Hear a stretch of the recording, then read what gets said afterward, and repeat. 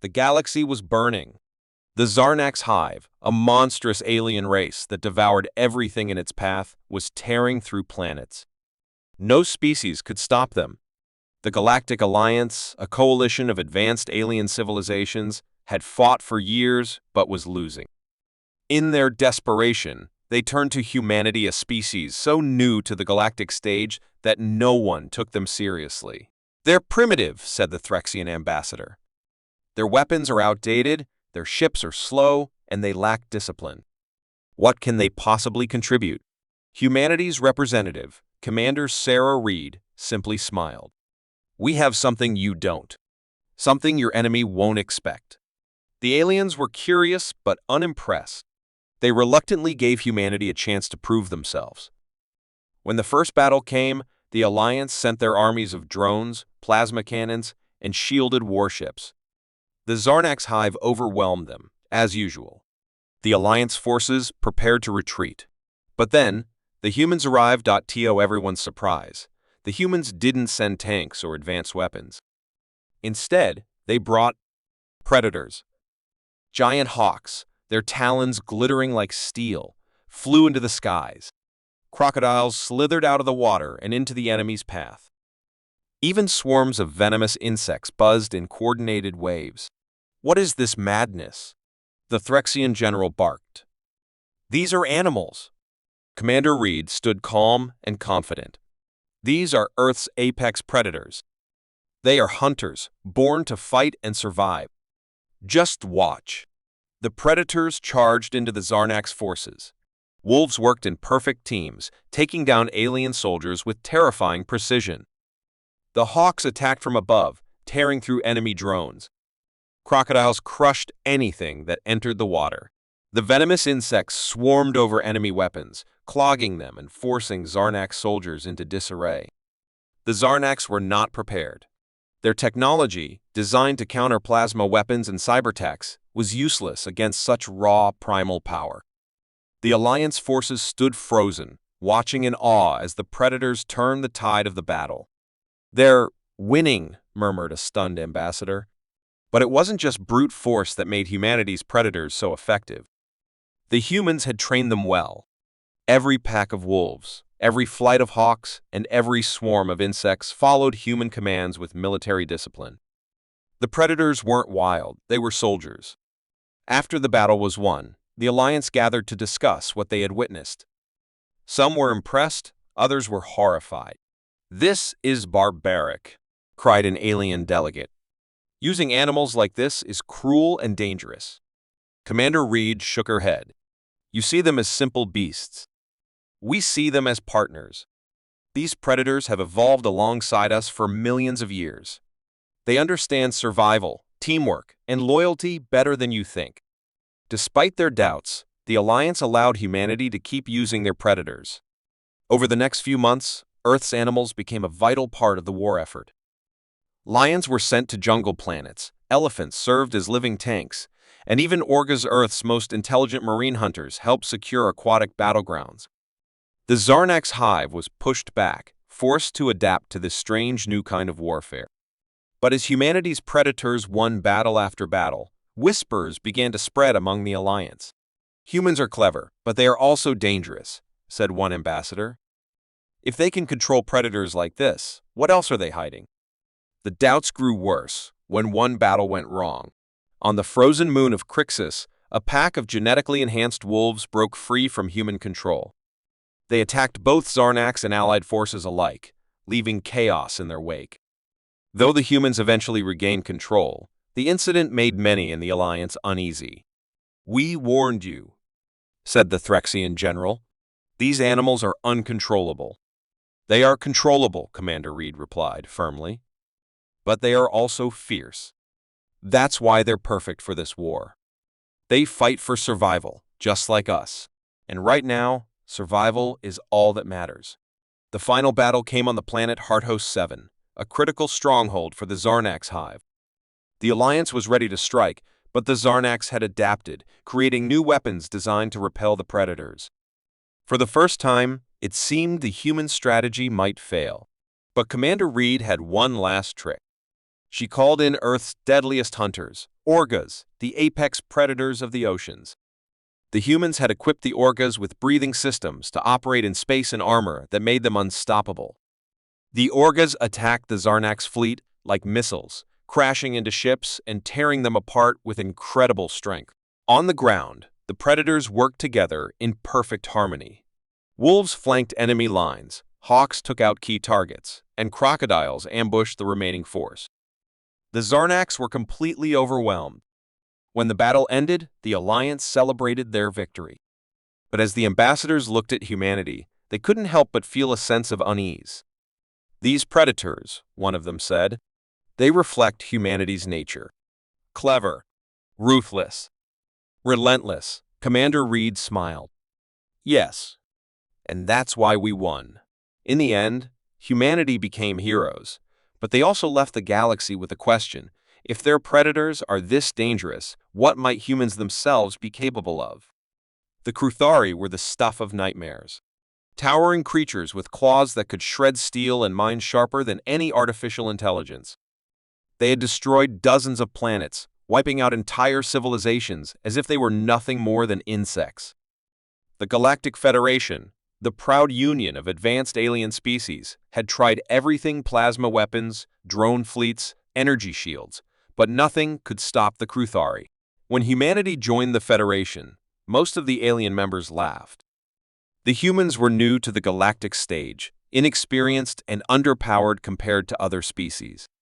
"They don't have the technology or strength to help," said General Vlor of the Cathari race. "They'll only slow us down." But humanity wasn't deterred by the mockery. Their leader, Captain Elena Hayes, promised they had something that would change the war. "We're bringing reinforcements," she said. The Federation expected advanced weapons or powerful ships. What they didn't expect was animals. The first battle came on the swampy planet of Raxos 9, a key Cruthari stronghold. Federation forces lined up with their massive tanks, advanced mechs, and hover fleets. Meanwhile, humanity's forces arrived in humble transport carriers. The alien soldiers muttered to each other, already writing the humans off as a failure. When the Cruthari launched their attack, the Federation's advanced tech failed once again. The Cruthari tore through drones, hacked into mech systems, and smashed energy shields as if they were paper. Just as the Federation was preparing to retreat, Captain Hayes gave the command. The doors of the human transport carriers opened, and Earth's predators poured out. The first wave was a pack of lions. Their golden fur glinted in the light as they charged into the battlefield with fearless roars. Their claws ripped through Cruthari armor, and their speed allowed them to dodge enemy attacks. Above them, eagles soared high, diving down to blind the Cruthari with sharp talons and unmatched precision. From the murky swamps, crocodiles emerged, dragging unsuspecting Cruthari soldiers into the depths. What are these creatures?" A Cathari officer gasped as he watched a lion take down a Cruthari twice its size. "These are Earth's predators," Captain Hayes said, her voice steady. "Our secret army." The predators were not just wild animals. They had been carefully trained for war. The lions worked together like soldiers, coordinating their attacks to trap the enemy. The eagles targeted weak spots in the Cruthari armor, while the crocodiles turned the swamp into a deadly trap. The Cruthari were unprepared for this type of warfare. Their technology couldn't counter the unpredictability of living, breathing creatures. Within hours, the predators had turned the tide of the battle. The Federation soldiers stood in stunned silence as the remaining Cruthari forces fled. For the first time in years, they had won a decisive victory. And it was all thanks to Earth's predators. In the months that followed, Earth's predators became a vital part of the war effort. The humans deployed different animals based on the terrain. In the jungles of Trelos 4, tigers led the charge, their striped fur blending perfectly with the dense forest. On desert planets, packs of wolves roamed freely, outsmarting the Cruthari with their teamwork and cunning. In underwater battles, Orgas, the ocean's apex predators, were unleashed, using their immense strength and intelligence to crush the enemy. The Federation began to rely on humanity's secret army more and more. But not everyone was comfortable with the idea. "This is unnatural," said an ambassador from the Zorthan species during a meeting. These predators are dangerous and uncontrollable. What happens if they turn on us? They won't, Captain Hayes replied calmly. These predators are part of Earth's history. They've fought beside us for centuries. They don't just obey us, they trust us. Some in the Federation remained skeptical, but they couldn't deny the results. Battle after battle, the Cruthari fell to Earth's predators. The Federation's confidence grew, but so did their fear of humanity. That fear reached its peak during the disastrous battle on Arcanus 7, a frozen planet on the edge of the galaxy. The humans brought their wolves, specially adapted for icy terrain. At first, the predators were unstoppable, tearing through the Cruthari ranks. But then, something went wrong. The Cruthari unleashed a sonic weapon designed to disrupt the predators' instincts. The wolves, confused and panicked, broke free from human control. They attacked everything in sight, including Federation soldiers. Chaos erupted on the battlefield, and dozens of lives were lost before the humans regained control of the wolves. The Federation leaders were furious. "This is exactly what we warned you about," General Vlor shouted. "These predators are too dangerous." Captain Hayes didn't flinch. "Yes, they're dangerous. That's why they work. The Cruthari don't fear your drones or your shields, but they fear our predators. That fear is what gives us the edge." The Federation reluctantly allowed the humans to continue using their predators, but the seeds of doubt had been planted. The final battle came on the planet Zarkora Prime, the heart of the Cruthari Empire. The Federation forces launched a massive assault, but the Cruthari were prepared. Their new weapons were designed to repel Earth's predators, and for the first time, it seemed humanity's secret army might fail. But Captain Hayes had one last surprise. She unleashed Earth's deadliest weapon yet, a swarm of genetically enhanced killer bees. The bees moved as one, covering the Cruthari forces in a storm of venom and chaos. At the same time, the other predators coordinated a massive strike.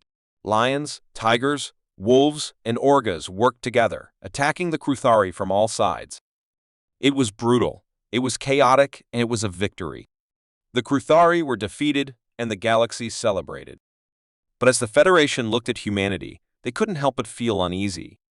"If this is what their predators can do," one ambassador whispered, "imagine what the humans themselves are capable of." Captain Hayes simply smiled. "We're survivors. That's what we do." And with that, humanity's place in the galaxy was sealed not just as warriors, but as the species that brought Earth's wildest, deadliest creatures to the stars. The Zorath Empire was known for its cruelty. They didn't just conquer planets, they destroyed them. Entire cities were turned to ash, and alien species were enslaved or wiped out. The Galactic Alliance had fought the Zorath for decades, but was always outmatched. Their weapons were powerful, but the Zorath were ruthless and cunning. When humanity joined the Galactic Alliance, most alien leaders didn't believe they could help. "What do they have to offer?" said General Kor, a tall, insect-like alien from the Rylok species. "Their ships are weak, and their weapons are outdated. They'll only slow us down." But humanity's ambassador, Commander Alan Drake, smiled confidently. "We have something you don't. Something the Zorath will never see coming." The aliens scoffed, but agreed to let humanity join the next battle. The humans were the galaxy's newcomers, after all. Perhaps their enthusiasm would be useful. The battlefield was set on the desert world of Sarax 5. The Zorath controlled the planet, and their forces were ready to crush any attack. The Galactic Alliance prepared their usual strategy: tanks, drones, and high-powered plasma cannons. Meanwhile, humanity arrived in simple transport ships. The aliens were unimpressed. "Where are their soldiers?" General Kor muttered. When the Zorath began their assault, the Alliance soldiers struggled to hold their lines. The Zorath's war machines tore through the battlefield, their soldiers brutal and unrelenting. The Alliance forces were on the verge of retreat when Commander Drake gave the signal. From the human ships, the predators of Earth emerged. The first to step onto the desert sands were lions, their golden fur glowing in the sunlight. They roared as they charged toward the Zorath lines, their powerful legs propelling them forward faster than any machine. Beside them ran packs of wolves, their eyes gleaming with intelligence and teamwork. From above, eagles soared into the sky, their sharp talons ready to strike. The alien soldiers froze in disbelief. "What are those things?" a Federation officer whispered. "These," Commander Drake said, "are Earth's predators. Let's see how the Zorath handle them." The predators attacked with incredible precision. The lions ripped through enemy soldiers, their claws tearing apart armor like paper. The wolves worked together, circling the Zorath troops and trapping them. The eagles dived from above, blinding Zorath pilots and shredding their drones. The Zorath were completely unprepared. Their advanced weapons couldn't lock onto the fast-moving predators, and their soldiers panicked in the face of such raw animal fury. The Alliance soldiers, inspired by the predators' success, rallied and pushed forward. For the first time in years, they gained ground against the Zorath. After the battle, the Galactic Alliance leaders gathered to discuss what had happened. "That was incredible," admitted General Kor. "But how can we trust these creatures? They're wild animals. What if they turn on us?" "They won't," Commander Drake assured them. "These predators have been trained for this war. They're disciplined, intelligent, and loyal. They evolved alongside us on Earth, learning to hunt, survive, and fight. That's why they're so effective." Despite their doubts, the Alliance allowed humanity to continue using their predators. Over the next few months, the humans deployed different predators for different terrains. On jungle planets, tigers became the ultimate warriors, their striped fur blending with the foliage. In swampy environments, crocodiles turned the waters into deadly traps. Even tiny creatures like swarms of ants were used to sabotage enemy equipment, crawling into machines and tearing them apart from the inside. The Zorath soon realized they were no longer fighting a traditional war. Earth's predators had changed the game. The Zorath tried to adapt, creating new weapons designed to counter the animals. But humanity was always one step ahead. The turning point came during the battle on the icy moon of Fralnor 7. The Zorath had fortified their base with impenetrable defenses. The Galactic Alliance's plasma cannons and drones couldn't break through. Once again, the humans turned to their predators. This time, they brought polar bears, massive creatures with thick fur and unmatched strength. The polar bears crushed enemy defenses, their sheer power breaking through walls that no machine could penetrate. Wolves, specially trained for the snow, flanked the Zorath forces, outsmarting and outmaneuvering them. The Zorath were overwhelmed. The icy battlefield belonged to the predators of Earth, but not everyone in the Alliance was happy. "These animals are dangerous," said one ambassador during a council meeting. "If humanity can control such deadly creatures, what else are they capable of?" General Kor agreed. "The predators are effective, yes, but they also scare our soldiers. We've never seen anything like them before." Commander Drake responded calmly. "You're right to be cautious. Earth's predators are dangerous, but that's why they're perfect for this war. The Zorath fear them, and that fear gives us an advantage. Without them, we'd still be losing." The Alliance leaders reluctantly accepted humanity's methods, though the doubts lingered. The final battle came on Zorath Prime, the heart of the enemy empire. The Zorath were ready. They had created new weapons to counter Earth's predators, and their soldiers were determined to protect their homeworld. But humanity wasn't finished yet. This time, they brought their deadliest predators, Orcs. The humans had equipped the Orcs with advanced breathing systems and armor, allowing them to fight in space. The massive marine hunters moved like missiles, smashing through Zorath warships with terrifying efficiency. On the ground, the predators worked together. Lions and tigers attacked from the front, wolves flanked the sides, and eagles took out enemy snipers. The Zorath forces crumbled under the relentless assault. When the battle ended, the Zorath Empire was defeated. The galaxy celebrated, but the other species couldn't shake their unease. "Earth's predators won the war," one ambassador whispered. "But what happens if humanity turns them on us?" Commander Drake smiled. "You'll never have to find out so long as we stay allies." And so, humanity became both heroes and a source of fear, their beasts of war securing their place among the stars. The Galactic Federation had been at war with the Ravok for decades. The Ravok were brutal invaders, destroying planets and enslaving entire species. They were an unstoppable force with advanced technology and no mercy. The Federation had tried everything: drones, plasma cannons, and fleets of warships, but nothing worked. Then, humanity entered the picture.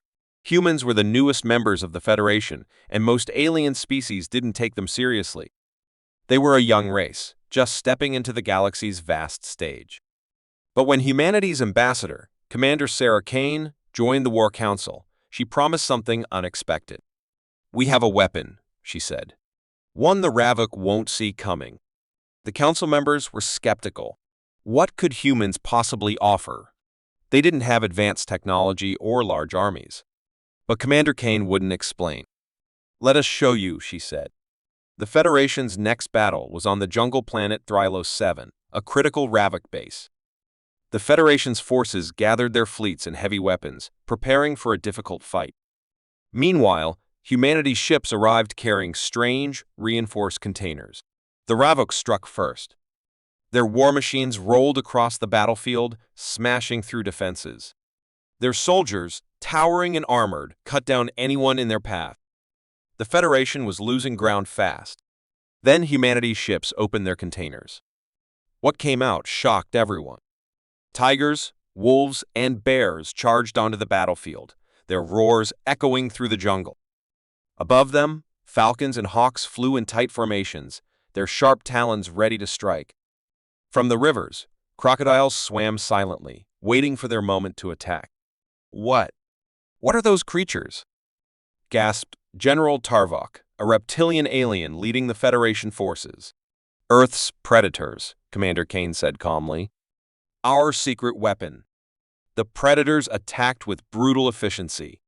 The Ravok, accustomed to fighting machines, were unprepared for the raw ferocity of these animals. Tigers leaped onto Ravok soldiers, their claws slicing through armor. Wolves hunted in packs, surrounding and overwhelming their enemies. The hawks swooped down from above, targeting vulnerable areas like eyes and necks. The jungle itself became a weapon. The crocodiles dragged Ravok soldiers into the rivers, their jaws crushing with terrifying force. Even the tigers used the dense trees for ambushes, appearing and disappearing like shadows. Within hours, the tide of the battle had turned. The Federation forces rallied behind the predators, pushing the Ravok back for the first time in years. After the battle, the Federation Council held an emergency meeting. "These animals are incredible," General Tarvok said. "But they're also terrifying. How do you control them?" Commander Kane smiled. "We don't control them. We partner with them. These predators evolved alongside us on Earth. They've hunted and survived for millions of years. All we did was train them to work with us." Some council members were impressed, but others were uneasy. "What if they turn on us?" asked an insectoid ambassador named Exalkir. "They won't," Kane replied confidently. "These predators are loyal, and their loyalty is what makes them stronger than any machine." Despite their doubts, the council agreed to let humanity continue using the predators in the war. The predators were deployed to different battlefields across the galaxy. On desert planets, lions roamed the dunes, their golden fur blending with the sand. In icy wastelands, wolves and polar bears led the charge, their thick coats keeping them warm in freezing temperatures. In underwater battles, Orcs became humanity's deadliest allies, using their intelligence and power to sink Ravok ships. The Ravok began to fear humanity's predators more than any weapon. They created new defenses, building machines designed to counter the animals. But the predators adapted.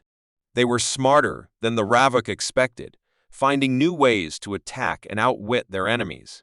The war reached its peak during the Battle of Zareth Prime, the Ravok's homeworld. The Federation launched an all-out assault, determined to end the war once and for all. The Ravok were ready, deploying their most advanced technology to protect their planet. Humanity's predators led the charge. Lions, tigers, and bears attacked from the ground, their teamwork breaking through the Ravok lines. From the skies, hawks and falcons targeted enemy ships, while Orcs swam beneath the oceans, taking down Ravok naval forces. The Ravok responded with new weapons, including sonic devices meant to confuse the predators. For a moment, it seemed the animals would falter. But humanity had prepared for this. Commander Kane gave a signal, and the next wave of predators emerged. Earth's insects. Swarms of ants, bees, and wasps flooded the battlefield. The Ravok's machines couldn't handle the tiny creatures crawling into their circuits, shorting out their systems. The bees targeted Ravok soldiers, delivering painful stings that sent them into chaos. The combination of predators overwhelmed the Ravok. Their defenses crumbled, and their forces retreated. The Federation seized Zareth Prime, ending the war. In the aftermath, the Federation celebrated humanity's contribution. The predators of Earth had saved the galaxy, proving that nature's strength could rival even the most advanced technology. But not everyone was at ease. "These predators are incredible," General Tarvok said during a private meeting with Kane. "But they're also dangerous. What happens if humanity decides to turn them on us?" Kane's smile was cold. "That won't happen unless you give us a reason to." The general nodded, understanding the unspoken warning. Humanity had earned its place in the galaxy, but it was clear that they were not to be underestimated. And so, Earth's predators became legends, both feared and admired. They had won the war, not with machines or lasers, but with the raw, untamed power of nature itself.